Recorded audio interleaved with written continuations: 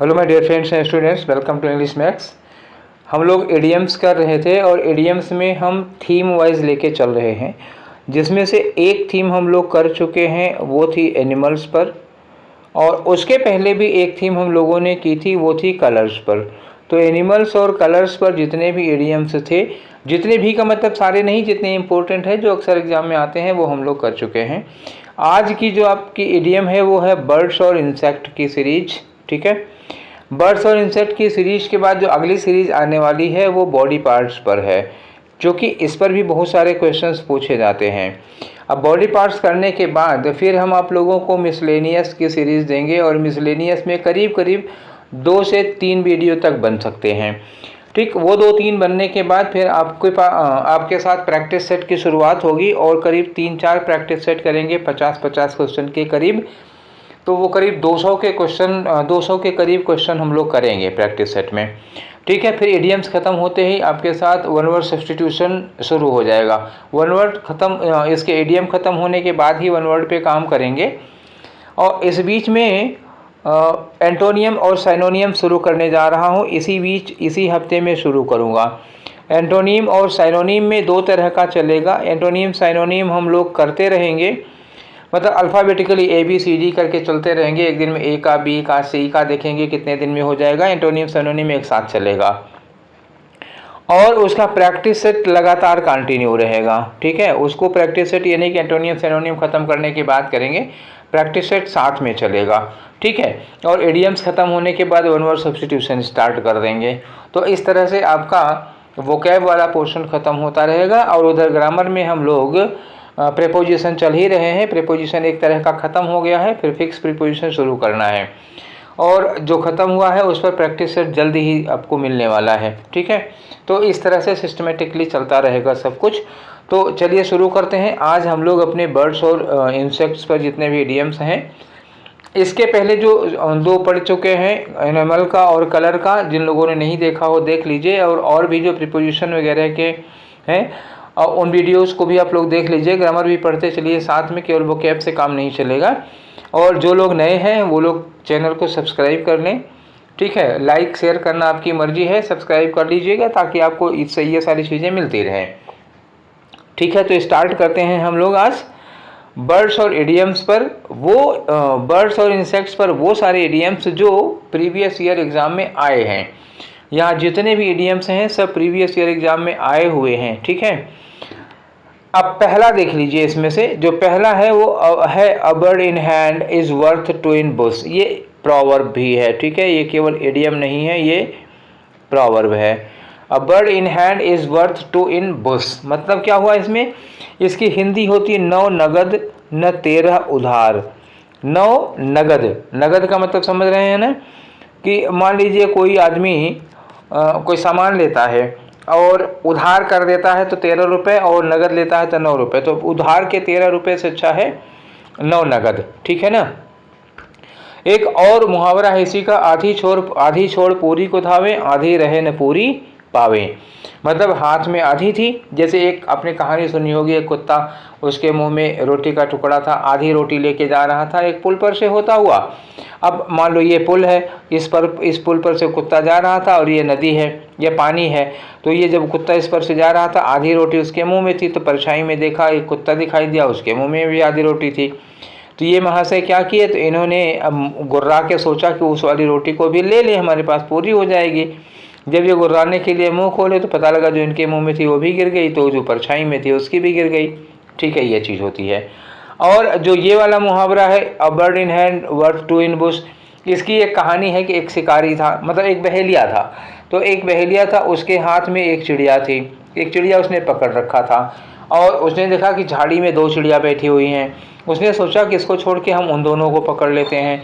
तो जो हाथ में थी उसको छोड़ दिया, जो झाड़ी में बैठी थी उन दोनों को पकड़ने के लिए गया, पता लगा वो दोनों भी उड़ गई, जो इनके हाथ में थी वो भी उड़ गई। ठीक है, तो इसका मतलब ये हुआ कि ज़्यादा लालच नहीं करना चाहिए, जो आपके पास है उसी में संतुष्ट रहो, जो आपके पास नहीं है उसको पाने की कोशिश ना करो। ठीक है, तो देखो यहाँ लिखा हुआ, it is better to have something less valuable than to pursue something more valuable that may not be able to obtain. मतलब जो आपके पास नहीं है उसको पाने के लिए जो आपके पास है उसको ना गंवाइए। ठीक है, समझ में आया? नौ नगद न तेरा उजाड़, या आधी छोड़ पूरी को धावे, पूरी मिले ना आधी पावे। ठीक है, अब अगला वाला देख लो। अगला वाला लिखा है अ लिटिल बर्डी टोल्ड मी।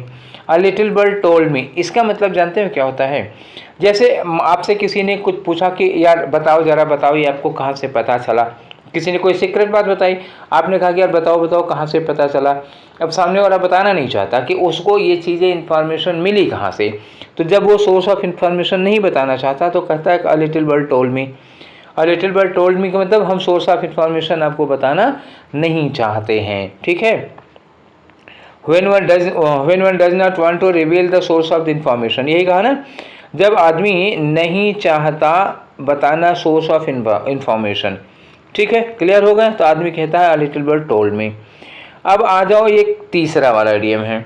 तीसरा भी बर्ड पर है। बर्ड पे क्या है? A bird in gilded cage. A bird in gilded cage. Gilded cage मतलब सोने का पिंजरा।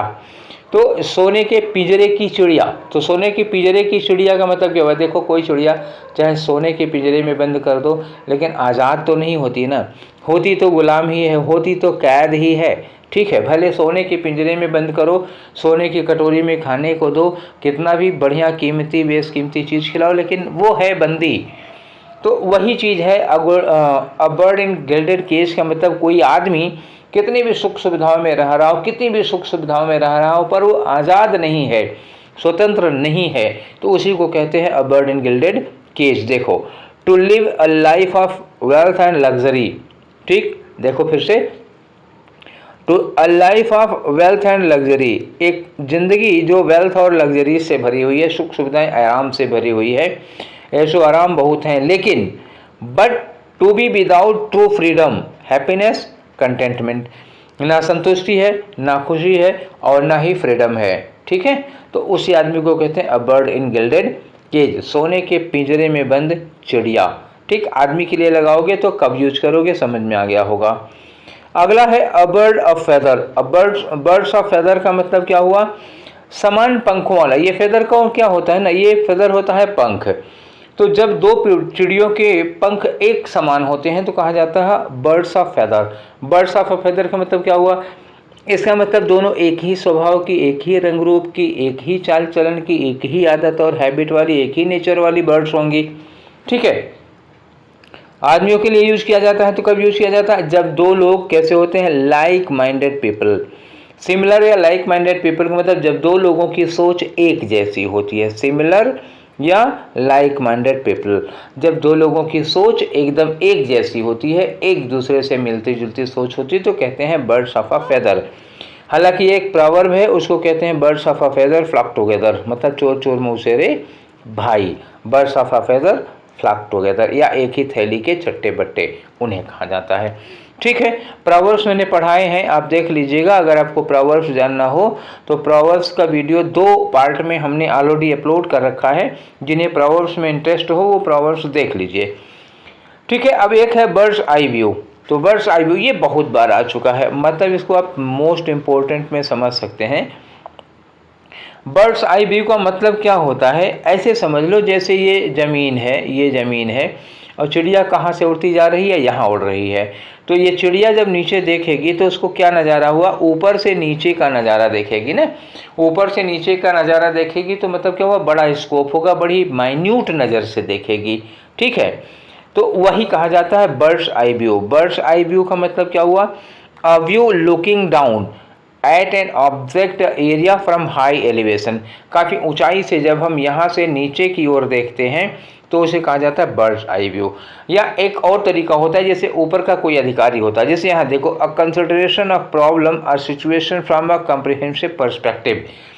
जब कोई आदमी ऊपर का आदमी, जैसे कोई बड़ा अधिकारी किसी प्रॉब्लम को ऑब्जर्व करता है, किसी प्रॉब्लम के बारे में विचार करता है, तो उसको कहते हैं बर्ड्स आई व्यू। ठीक है, और वो सॉल्व करने के विचार से सोचता है तब। ठीक, अब आ जाओ अर्ली बर्ड। अर्ली बर्ड का मतलब क्या होता है बच्चा? अर्ली बर्ड का मतलब होता है वो चिड़िया जो सुबह सबसे पहले उठ के आ जाती है, अर्ली बर्ड कहते हैं। नीचे भी देखो लिखा है early bird catches the worm. ठीक है, तो पहले अर्ली बर्ड समझ लो। अर्ली बर्ड के बाद ये क्या हो गया? ये इडियम है, अर्ली बर्ड क्या हो गया, इडियम है, और early bird catches the worm ये प्रॉवर्ब हो गया, ठीक है ना। तो पहले अर्ली बर्ड समझ लो। अर्ली बर्ड का मतलब क्या हुआ, जो सुबह सवेरे बहुत जल्दी उठ जाता है। अर्ली बर्ड का मतलब वो चिड़िया जो सवेरे सवेरे अपना घोंसला छोड़ करके दाना चुगने के लिए आ जाती है। तो जो सबसे पहले वो उठ के आएगी उसी को ज़्यादा दाने या उसी को ज़्यादा वर्म्स कीड़े मिलेंगे कि नहीं मिलेंगे, ठीक है। तो अर्ली बर्ड का मतलब हुआ सुबह जल्दी उठने वाला, एन अर्ली राइजर, ठीक है। और दूसरा क्या होगा, someone who arrives early to an event. जैसे मान लो कोई प्रोग्राम है, ठीक, सपोज पार्टी है, ठीक है, तो पार्टी है तो मान लो 7 बजे से दावत है, 7 बजे की पार्टी है, कुछ लोग 6:30 बजे ही पहुंच जाते हैं, पता लगा वहाँ कोई इंतजाम नहीं, सबसे पहले यही पहुँचे हैं। तो सबसे पहले पहुँचे हैं तो कुछ जो खाने पीने की चीज़ें बन रही होती हैं तो हर चीज़ टेस्ट करने का इनको मौका मिल जाता है ना। तो ये होते हैं अर्ली बर्ड। पार्टी वगैरह में, किसी इवेंट वगैरह में सबसे पहले पहुँचने वाले लोग, उन्हें कहा जाता है अर्ली बर्ड। या सुबह जो सबसे पहले घर में उठता है उसको कहा जाता है अर्ली बर्ड, ठीक। अब अर्ली बर्ड से जो प्रॉवर्ब बना हुआ है वो क्या है, वो ये है कि the early bird catches the worm. अभी मैंने कहा था कि जो चिड़िया सुबह जल्दी उठ आएगी उसको वर्म्स, उसको कीड़े या उसको दाना ज़्यादा चुगने को मिलेगा। तो कहने का मतलब हुआ कि जो व्यक्ति सुबह जल्दी उठेगा, सो करके जो जल्दी बिस्तर छोड़ेगा, उसको उसके सारे काम जल्दी पूरे हो जाएंगे, वो अपने काम जल्दी जल्दी निपटा लेगा और दोपहर में उसको कुछ आराम करने को मिल जाएगा, शाम का काम अपना खूब पर्याप्त टाइम के साथ बैलेंस से ख़त्म कर लेगा और रात में टाइम से सो जाएगा, सब काम प्रॉपर्ली हो जाएगा। तो वही होता है कि सुबह जल्दी उठने वाला, उसके पास अच्छा खासा मौका होता है, काफ़ी समय होता है अपना काम आराम से पूरा करने का, ठीक। अब देखो explanation, someone who is very active and alert in the early hours. सुबह के समय में जो आदमी बहुत अलर्ट होता है, ज़्यादा काम करता है, ठीक है ना, मॉर्निंग, आप टू फाइंड सक्सेस, उसके सफल होने के चांस ज़्यादा होते हैं। अगला देखो, someone who seizes some opportunity at the earliest point, मतलब जो लोग किसी अवसर का सबसे पहले फ़ायदा उठा लेते हैं उन्हें भी कहा जाता है the early bird catches the worm, ठीक है ना, बात समझ में आई। तो इनके सफल होने का चांस ज़्यादा होता है। अब आगे आ जाओ, आठवां क्या कर रहे हैं कि ईट like a bird, eat like a bird. और एक एनिमल वाले में मैंने कहा था ईट लाइक अ हार्स, ठीक है, दोनों में कंपेयर कर लेना, ईट लाइक अ बर्ड और eat like a horse. Eat like a horse का मतलब होता है टू ईट टू मच, क्या था, टू ईट टू मच, जो बहुत खाना खाता है उसको कहा जाता है ईट लाइक हॉर्स। और ईट लाइक बर्ड का मतलब क्या हुआ, बहुत कम खाएगा, जरा सा खाना का। चिड़िया दाना चुगती है, कितना खाती है, तो इसका मतलब to not eat very much, मतलब to not eat very much, not very much, जो बहुत ज़्यादा नहीं, बहुत जरा सा खाता है, ठीक है। जैसे जो लोग घर में बहुत कम खाते हैं तो आदमी कहता है ना क्या यार चिड़िया की तरह दाने चुग रहे हो, ठीक है, ऐसे। तो वही है ईट लाइक बर्ड, ठीक। अगला है हमारा किल 2 बर्ड्स विद 1 स्टोन। तो किल 2 बर्ड्स विद 1 स्टोन का मतलब होता है एक पंथ दो काज। हिंदी में एक है क्या, एक पंथ दो काज, शायद इसे आप जल्दी समझ जाएं, एक पंथ दो काज। या कभी कभी कहा जाता है एक तीर से दो निशाने, एक तीर से दो निशाने, ठीक ठीक, ये हो जाता है। तो यही होगा to kill 2 birds with 1 stone का मतलब क्या हुआ, जैसे एक काम करने के लिए गए और दो, मतलब कोई ऐसा काम करना जिससे दो दो काम हो जाएं, ठीक है, इसी को कहते हैं एक पंथ दो काज या एक तीर से दो निशाने, ठीक है। तो ये होता है। चलिए अब इसके आगे बढ़ते हैं और ये आया हमारा 10वां, बहुत इंपॉर्टेंट है, ईट क्रो। ईट क्रो का मतलब क्या हुआ, ईट क्रो, देखो ये ईट भी बड़ा होना चाहिए था, ठीक है, ये ऐसे लिखना चाहिए था मुझे, ईट क्रो, या तो सब स्मॉल ही रहे या तो सब कैपिटल ही रहे, ठीक, चलो कोई बात नहीं, ये पंक्चुएशन में फिलहाल अभी पंक्चुएशन के चक्कर में पड़ो। ईट क्रो का मतलब कौवा खाना कौवा खाना। अब ये मतलब नहीं हुआ कि आप कौवा खा रहे हो, तो कौवा खाने का मतलब क्या हुआ, कौवा खाने का मतलब हुआ ये मानना कि मैंने गलती की थी। कौवा खाना मतलब यहाँ कन्फेशन, ठीक है, मैं बार बार कौवा खाना बोल रहा हूँ, अब ये समझ लो ना, ईट क्रो का मतलब हुआ कन्फेशन, कन्फेस करना, ये मानना, ये एडमिट करना कि आई वॉज रॉन्ग, ठीक है, इसी को कहते हैं eat crow. I am ready to eat crow that I have committed mistake, ये हो गया। टू एडमिट दैट, ये मानना कि वन वाज रॉन्ग, कि हम गलत थे, या एक्सेप्ट ह्यूमिलिएशन, इसको कहते हैं ईट क्रो। ठीक है, आगे आ जाओ 11th में, गेट या हैव वंस डक्स इन रो। अब ये क्रो पर था, अभी तक बर्ड पे चल रहा था, ये क्रो पे हो गया, अब ये आ रहा किस पर, शुरू हो रहे हैं डक पर। डक मतलब क्या होता है, डक माने होता है बत्तख। बत्तख आप लोगों ने देखा होगा जरूर, पक्का। ठीक, ये बतख हुआ।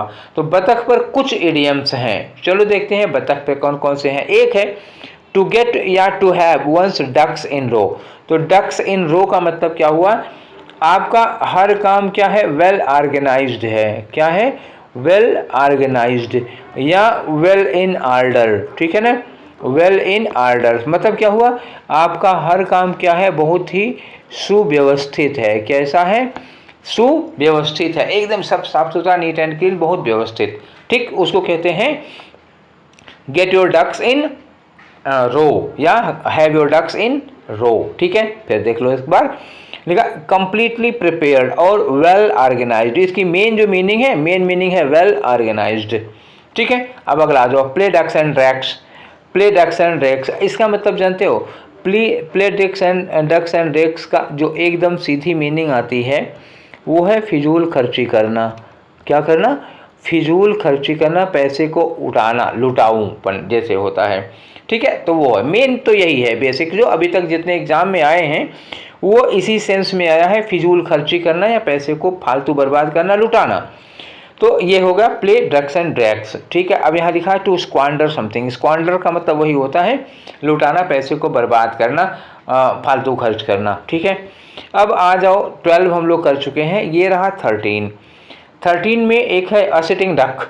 असिटिंग डक का मतलब क्या हुआ, जैसे कहीं बतख बैठी हुई है, ठीक, चुपचाप बतख कहीं बैठी हुई, तो उसको आप आराम से निशाना लगा सकते हो ना।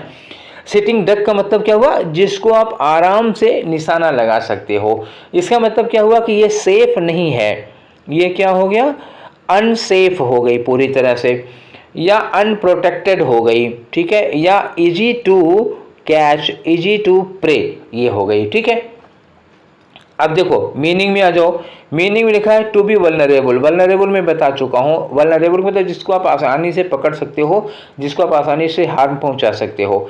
अनप्रोटेक्टेड, अनप्रोटेक्टेड का मतलब क्या हुआ, अनप्रोटेक्टेड फ्रॉम अटैक, जो आक्रमण से सुरक्षित नहीं है, या आप कह सकते हो एन इजी टारगेट। ठीक है, एन इजी, ज़्यादातर एग्जाम में यही वाला आता है, इजी टारगेट। जो मीनिंग आती है सिटिंग डक का, तो वही आता है इजी टारगेट। ठीक है, ये हुआ इजी टारगेट, मतलब जिसको आप आसानी से शिकार बना सकते हो, वो हो गया इजी टारगेट। ठीक है, अब अगला देखो, अगला देखा है डेड डक। डेड मतलब मरा हुआ, डक मतलब हो गया बतख। तो मरी हुई बतख का मतलब क्या हुआ, कंप्लीटली यूजलेस चीज़। अब ये होपलेस उतना नहीं है, ये यूजलेस, मेन मीनिंग इसकी क्या होती है, डेड डक का मतलब यूजलेस, मतलब कोई ऐसा आदमी जो किसी काम का नहीं है, एकदम से बेकार है। ठीक है, आपका वो कोई काम नहीं कर सकता, वो होता है अ डेड डक। ठीक, अब आ जाओ अ लेम डक। अब ये भी एक कहानी है, इसी में भी अ लेम डक। लेम डक का मतलब क्या हुआ, लंगड़ी बतख। अब आप कहोगे लंगड़ी बतख क्या होगा जी, ठीक है, तो होता है लंगड़ी बतख का मतलब ये होता है कि कोई ऐसा आदमी जिसको मदद की ज़रूरत है। अच्छा ये बताओ कि डक अगर लेम होगी तो उसको मदद की ज़रूरत है कि नहीं है। तो किसी आदमी को जब हम लेम डक कहते हैं, इसका मतलब he needs help, he needs support, someone or something that needs help, जिसको हेल्प की ज़रूरत हो, जिसको मदद की ज़रूरत हो। अब ये मदद फाइनेंशियल भी हो सकती है, फिजिकल भी हो सकती है। ठीक है, दोनों तरह की हो सकती है। समझ गया ना लेम डक। चलो अब आ गया हो कक एंड बुल स्टोरी। अब आ गए हम लोग कहाँ पर, कक, ये मुर्गे पर, कक ये। ठीक है, डक पर हम लोग ख़त्म कर चुके हैं, अब किस पे आ गए, कक। और कक माने क्या होता है, मुर्गा। ठीक है ना, अब आ जाओ कक एंड बुल स्टोरी। ये बुल वाले में भी हमने बताया था जब पढ़ा रहे थे, तो अब कक एंड बुल यहाँ भी आ गया। तो कक एंड बुल स्टोरी का मतलब क्या हो, पूरी तरह से फाल्सिफाइड स्टोरी, एकदम से झूठा बहाना, या ऐसे लिख देता हूँ चलो, मन गढ़ंत। उस समय भी शायद यही मैंने बताया था, मन गढ़ंत कहानी। क्या होता है कक एंड बुल स्टोरी, मतलब मन गढ़ंत कहानी जिसका कोई आधार नहीं है, जिसमें सच्चाई की एक ईंट नहीं है। ठीक है, पूरी तरह से मनगढ़ंत है।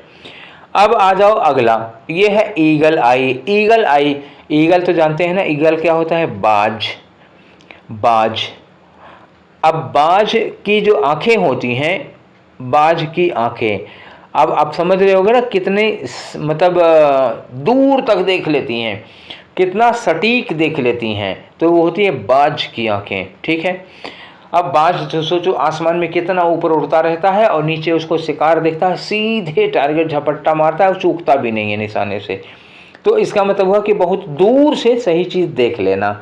अब इसका जब यूज करोगे तो एक तो शार्प विजन के लिए आ जाएगा, दूसरा आ जाएगा ना तो कोई ऐसा आदमी जो बहुत दूरदर्शी होता है, जो मतलब किसी कार्य के बाद में क्या परिणाम निकलेंगे, जैसे आज हम कुछ करते हैं उसका 4 साल बाद क्या परिणाम निकलेगा, जो आज ही इस बात को समझ जाता है, उसको दूरदर्शी कहते हैं।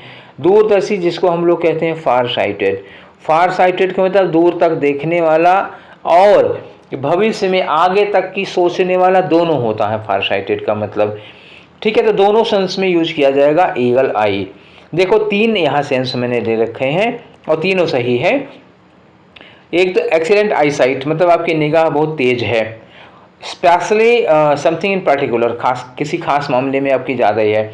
जैसे टीचर होते हैं ना, तो एक पेज लिखे रहोगे, सब कुछ सही सही लिखे हो, एक उस पेज में कहीं एक गलती होगी तो फटाक से उनकी पेन वहीं चल जाती है, लगता है पूरे पेज में गलती ही पे निगाह जाती है। ठीक है, ऐसे ही an ability to discern small details, मतलब मामूली स्मॉल से स्मॉल डिटेल आप पकड़ सकते हो, या कीन स्किल ऑफ ऑब्जर्वेशन, मतलब किसी चीज़ को ऑब्जर्व करने की बहुत कीन स्किल, बहुत ही बारीक निगाह, या अटेंटिव गेज। अटेंटिव गेज मतलब बहुत कायदे से किसी चीज़ को घूर के देखना, बहुत निगाह से। ठीक है, तो ये हो गया। अब आ जाओ 18 नंबर पे। 18 नंबर पे एक बर्ड आती है डोडो, और डोडो इस समय क्या हो चुकी है? एक्सटिंक्ट हो चुकी है। कैसी बर्ड है? एक्सटिंक्ट हो चुकी है। एक्सटिंक्ट का मतलब क्या होता है? विलुप्त हो चुकी है, अब ये इस धरती पर नहीं है। तो डेड एज डोडो का मतलब क्या हुआ? अब किसी आदमी को अगर डोडो से कंपेयर कर दो, मतलब एक ऐसी बर्ड से कर रहे हो जिसका धरती पर अस्तित्व ही समाप्त हो चुका है, तो अगर उससे कंपेयर करोगे डेड एज डोडो का मतलब क्या हुआ कि कोई चीज़ जो अब एकदम से एक्टिव ही नहीं है, पॉपुलर ही नहीं है, तो समथिंग डेड एज डोडो का मतलब क्या हुआ? No longer active. No longer active का मतलब अब वो चीज़ सक्रिय ही नहीं है। ठीक है, वो कहीं पाई ही नहीं जाती है, ऐसे डेड एज डोडो। ठीक है, अब आ जाओ बटरफ्लाई इन वंस स्टमक। अब स्टमक मतलब आपके पेट में बटरफ्लाई। ठीक है, ये आप हो गए, ये आपके हाथ हो गए, ये आपका पेट हो गया। ठीक है, अब आपके पेट में बटरफ्लाई। पेट में बटरफ्लाई का क्या मतलब होगा जानते हो? पेट में बटरफ्लाई का मतलब हो गया कि आप नर्वस बहुत हो।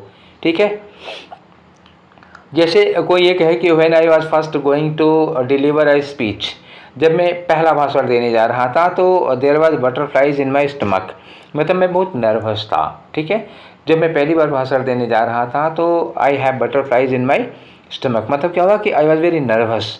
तो ये हो गया बटरफ्लाई इन वंस स्टमक का मतलब हुआ हम बहुत नर्वस थे, बहुत घबराए हुए थे। ये पूछा गया है कई बार, बटरफ्लाई इन वंस स्टमक, ये हो गया नर्वसनेस, बहुत ज़्यादा आप नर्वस थे। ठीक है, अब आगे आ जाओ कैन ऑफ वर्म्स। अरे वाह, कैन ऑफ वर्म्स। कैन का मतलब क्या होता है? ये एक ऐसा डब्बा होता है। ठीक, इस डिब्बे में क्या है? वर्म्स हैं भरे हुए, तो कैन ऑफ वर्म्स, इसका मतलब क्या हुआ? कैन ऑफ वर्म्स का मतलब कोई ऐसी चीज़ है जो बहुत ही कॉम्प्लिकेटेड होगी, कोई भी ऐसी चीज़ है कॉम्प्लिकेटेड और प्रॉब्लमेटिक, मेन इसका ये है, प्रॉब्लमेटिक है। डेट्रीमेंटल तो होगा ही, प्रॉब्लमेटिक होगा तो कोई बात ही नहीं है।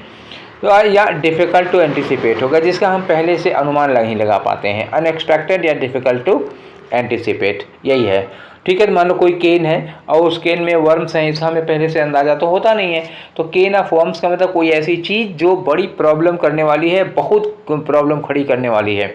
ठीक है, और उसका हमें पहले से कोई अनुमान नहीं होता। जैसे कोरोना आया था, तो कोरोना आया था तो अचानक एक संकट आ गया ना, इसके लोगों को इतना होगा ये सब अनुमान नहीं था। ठीक है, तो वो क्या था? केन ऑफ वर्म्स था, ये हो गया केन ऑफ वर्म्स। और अगर इसी को कह दिया जाए open a can of worms, open a can of worms, ये कैन हेल्पिंग वर्ब वाला कैन नहीं है बच्चा, ये मत समझिएगा ये कैन है, ये केन है। ठीक है, केन का मतलब ऐसे जो आप लोग वो पीते हो क्या, एनर्जी ड्रिंक, अब एनर्जी ड्रिंक का बियर मतलब समझ लेना, एनर्जी ड्रिंक ऐसे आती है ना, एनर्जी ड्रिंक ऐसे होती है केन, ठीक। तो वही उसी को केन कहा जाता है। तो open a can of worms, can of worms का मतलब क्या हुआ था, हिडन मुश्किलें हैं, हिडन डिफिकल्टीज, हिडन प्रॉब्लम्स हैं, तो अनएक्सपेक्टेड या हिडन प्रॉब्लम्स हो। अब open a can of worms का मतलब क्या हुआ, आप can of worms hidden problems को ओपन कर दे रहे हैं, ठीक है ना।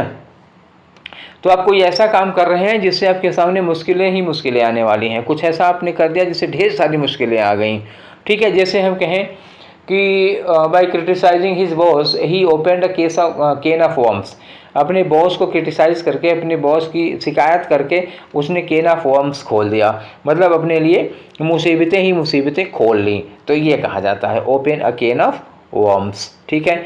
अब 22 और 23 पे आ जाओ। 22 का है BGS बी, बी का मतलब जानते हो ना, ये मधुमक्खी होती है। अब ये बताओ कि इस दुनिया में मधुमक्खी और चींटी, एक और जीव है आंट, चींटी है, हमको नहीं लगता कि इन दोनों से ज़्यादा बिजी इस दुनिया में कोई होता होगा, कोई प्राणी। और बी से ये तो सबसे ज़्यादा बिजी, 24 घंटे काम करती रहती है। तो BGS बी तो सबसे ज़्यादा प्राणी, मतलब इस दुनिया में सबसे बिजी प्राणी है ही। लेकिन किसी आदमी को जब हम कहते हैं BGS बी, तो उसका क्या मतलब होगा, किसी आदमी को कह दो BGS बी, मतलब क्या होगा कि वो बहुत बिजी है, मतलब having no time, having no time, ये ऐसा आदमी है ना जो हमेशा काम में बिजी रहता है, इसके पास कोई फुर्सत ही नहीं होती है, तो होगा BGS बी। अब आ जाओ 23 पर, बी इन वंस बोनेट। अब ये भी बहुत पूछा जाता है, बी इन वंस बोनेट, अगर किसी को बोनेट में बी है तब क्या होगा, ठीक। तो ये बोनेट में ये इंपॉर्टेंट बहुत है, ठीक है, बहुत इंपॉर्टेंट, सुपर डुपर ट्रुपर जो भी समझो उतना इंपॉर्टेंट है, ठीक। तो बी इन बोनेट का मतलब होता है ना ऑब्सेशन, आपके दिमाग में कोई बात भर गई है, आपके दिमाग में कोई बात घर कर गई है, मतलब आ गया दिमाग में तो आ गया, अब जब तक हो नहीं जाता तब तक रहा नहीं जाता, ये होता है एक तरह का ऑब्सेशन, एक तरह की मैनिया हो जाती है। बी इन बोनेट का मतलब आपको सनक चढ़ गई है उस चीज़ की, ठीक है ना। Often with something that is strange and source of agitation, ठीक है ना। तो ये होता है परेशानी का कारण होता है, एजिटेशन, चिड़चिड़ाहट सी आ जाएगी, उसको कहते हैं बीन बोनेट। पीवियस हो जाता है आदमी उसके लिए, ठीक, चिड़चिड़ा हो जाता है उसके लिए, कोई ऐसी चीज़ चाहता है, तो ये हो गया बी इनवर्स बोनेट, ये कई बार आ चुका है एग्जाम में। अब आ जाओ BGB, तो BGB, अब देखो ये तो पता ही है ना कि BGB बी सबसे बिजी होता है, ऊपर थोड़ी देर पहले आपको बताया था कि बी बिजी होता है, तो BGB का मतलब क्या हुआ, कोई ऐसा पर्सन जो हमेशा बिजी रहता है, who is very active, industrious और बिजी, कोई ऐसा आदमी जो बहुत एक्टिव रहता है, बहुत मेहनती है और बहुत बिजी रहता है, person who has no time, no leisure, जिसके पास फुर्सत नहीं होती। अब एक अगला है ये द बर्ड्स एंड बीज, ये बहुत इंपॉर्टेंट है, ठीक है ना, बहुत इंपॉर्टेंट है। इसका मतलब होता है सेक्स एजुकेशन। सेक्स एजुकेशन का मतलब क्या हुआ, जैसे जब बच्चे बड़े होने लगते हैं, जब समय आता है 10-12 साल, 13 साल, 14 साल के होने लगते हैं, जब वो लोग प्यूबर्टी पर पहुंचते हैं, ठीक है, जब बच्चे प्यूबर्टी पर पहुंचते हैं तो उनके फिजिकली बहुत सारे चेंजेस होते हैं, उस समय पेरेंट्स को चाहिए कि उनको सेक्स एजुकेशन, मतलब क्या हुआ, सेक्स एजुकेशन का मतलब उसके बारे में, मतलब रिप्रोडक्शन के बारे में और रिप्रोडक्शन सिस्टम के बारे में, जो सेक्स ऑर्गन्स होते हैं उनके बारे में, पूरे उनके जो हार्मोन्स क्रिएट हो रहे हैं, जो उनकी फिजिकल चेंजेस हो रही हैं, उन सब के बारे में उनको अच्छे से ढंग से समझा दें, तो वही होता है टू प्रोवाइड सेक्स एजुकेशन, ठीक है ना। तो वही कहा जाता है, उसी को कहा जाता है to tell about the birds and bees, ठीक है। तो ये होता है, तो ये होता है lessons about sex. Lessons about sex का मतलब क्या हुआ, जो मतलब वही रिप्रोडक्शन के बारे में बच्चों को जानकारी देना, फिजिकल चेंजेस के बारे में जानकारी, क्या हार्मोनल चेंजेस जो हो रहे हैं उनके बारे में उनको, अब वो उस उम्र में पहुंच जाते हैं कि उनके अंदर उत्सुकता, क्यूरियोसिटी होती है, तो उन सब चीज़ों को उन्हें उस समय बता देना चाहिए। ये है था providing sex education. Such as are typical, लिखा है ना, टिपिकली टॉट टू चिल्ड्रेन और यंग एडल्ट्स, जो माँ बाप बच्चों को सिखाते हैं, बताते हैं, वो सारी चीज़ें होती हैं। जैसे मम्मी लोग हैं वो बेटियों को सिखाती हैं, इन सब चीज़ों के बारे में बताती हैं, क्या हो रहा है, क्यों हो रहा है, कैसे हो रहा है, इन सब चीज़ों के बारे में। तो वही होता है to tell the birds and bees, ठीक है। अब आगे आ जाओ, ये है 26 में क्या है, an ant may will destroy whole dam. An ant, एक चींटी, होल डैम, पूरे बांध को बर्बाद कर सकती है। इसका मतलब क्या हुआ, कोई छोटी सी चीज़, कोई छोटी सी प्रॉब्लम है तो उसको इग्नोर नहीं करना चाहिए, क्योंकि कभी कभी ना बहुत छोटी सी चीज़ बहुत बड़ा नुकसान पहुंचा देती है। जैसे कभी कभी चींटी हाथी को मार देती है। तो a small problem can cause catastrophic damage. एक छोटी सी प्रॉब्लम, एक छोटा सा नुकसान कभी कैटास्ट्रॉफिक डैमेज कर सकता है। कैटास्ट्रॉफिक डैमेज मतलब बहुत बड़ी आपदा, बहुत बड़ी मुसीबत ला सकता है इफ़ लेफ्ट अनचेक्ड। ठीक, छोटी सी प्रॉब्लम अगर आप इग्नोर करते हैं, उसको चेक नहीं करते हैं, उसको ठीक नहीं करते हैं, तो हो सकता है आगे चल के वो बहुत बड़ा नुकसान कर दे। ठीक है, तो ये रहा आज का आखिरी 27th। ठीक है, 27th है ants in one pant. Ants मतलब हो गया चींटियाँ। और चींटियाँ अगर आपकी पैंट में आ गई हैं, ठीक है ना, तो आप लोग अच्छी तरह से समझ रहे होंगे कि अगर पैंट के अंदर चींटियाँ आ जाएं तो आपकी क्या हालत होगी। You can imagine, need not to say, need not to explain. कोई ज़रूरत नहीं समझाने की कि क्या होगा उस समय आपका। ठीक है, अब ये बताओ कि अगर आपके पैंट में चींटियाँ हैं तो क्या आप शांतिपूर्वक बैठ सकते हैं? Can you sit still? क्या आप शांत होकर एक जगह बैठ सकते हैं? नहीं, थोड़ी देर में चींटियाँ काटने लगेंगी, फिर आप तांडव करने लगेंगे, वहीं बिना म्यूजिक के डिस्को डांस होने लगेगा। समझ में आ गई ना बात? हाँ, तो आंट्स इन द पैंट्स का मतलब क्या होगा? One who is unable to sit still, जो आदमी शांत स्थिर एक जगह बैठ नहीं सकता है। ठीक है, और ड्यू टू एंजाइटी, क्यों? वो एंजाइटी में है, एक्सेस एनर्जी है या इम्पेशेंट है, जिसके अंदर धैर्य नहीं रखता। अब जब किसी आदमी के लिए यूज़ किया जाता है तो देखा होगा कि कुछ लोग, तुम्हारे दोस्तों में भी बहुत से ऐसे लोग होंगे, रिश्तेदार होंगे, घर में कोई ना कोई ऐसा होगा। कुछ लोग ऐसे होते हैं ना, बहुत बहुत एंथुजियास्टिक होते हैं, बहुत एंजाइटी होती है, वो एक जगह मतलब टिके ही नहीं रहते, एक जगह थम के बैठेंगे। कहीं सुकून से 10 मिनट बैठने को कह जाता नहीं, वो 2 मिनट बैठेंगे, फिर इधर खिसकेंगे, उधर हिलेंगे, उधर डोलेंगे, मतलब कुछ न कुछ करते रहेंगे या हिलते डुलते रहेंगे। एक जगह चैन से बैठे नहीं रह सकते, चैन से बैठे ही नहीं रह सकते, तो कहा जाता है पैंट में चींटी है क्या? तो ये होता है मुहावरा। ठीक है, तो उन लोगों के लिए यूज़ किया जाता है जो कहीं एक जगह स्थिर सुकून शांति से थोड़ी देर के लिए बैठ नहीं पाते हैं। तो ये थे हमारे 27 इडियम्स बर्ड्स एंड इंसेक्ट्स पर। इंसेक्ट पे ज़्यादा नहीं थे, ज़्यादातर बर्ड्स पर ही थे। और इसके पहले हम लोगों ने एनिमल पर कर लिए थे, और एनिमल के पहले हम लोगों ने किस पर कर लिए थे? कलर्स पर कर लिए थे। 2-3 सेगमेंट और बाकी रह गए हैं। हमें क्या करना है? बॉडी पार्ट्स पर करना है, और कुछ मिसलेनियस टाइप का 1 या 2 सेशन जो बन पाएगा, उसके बाद क्या करेंगे हम लोग? प्रैक्टिस सेट करेंगे। ठीक है, तो इडियम्स का सेगमेंट ख़त्म हो जाएगा। ठीक, और ये सारे के सारे इम्पोर्टेंट हैं, ज़रूरी हैं, क्योंकि सबके प्रीवियस पेपर से ही उठाए हुए हैं। ठीक है, ये सोचना मत कि इसमें कौन सा इम्पोर्टेंट, सारे के सारे। एक आध को मैंने मार्क कर दिया इम्पोर्टेंट, क्योंकि बहुत ज़्यादा बार आया है। ठीक है, तो ये सेगमेंट आप लोगों को कैसा लगा? और अगर आपको पसंद आ रहा होगा तभी देख ही रहे होंगे, ये कहने की कोई ज़रूरत ही नहीं होगी। नहीं पसंद आएगा देखेंगे ही नहीं, अब तक कब के क्विट करके चले गए होंगे। तो अगर अच्छा लग रहा है, पसंद आ रहा है, तो हमको भी बताइए कि अच्छा लग रहा है, और लोगों को शेयर भी करिए।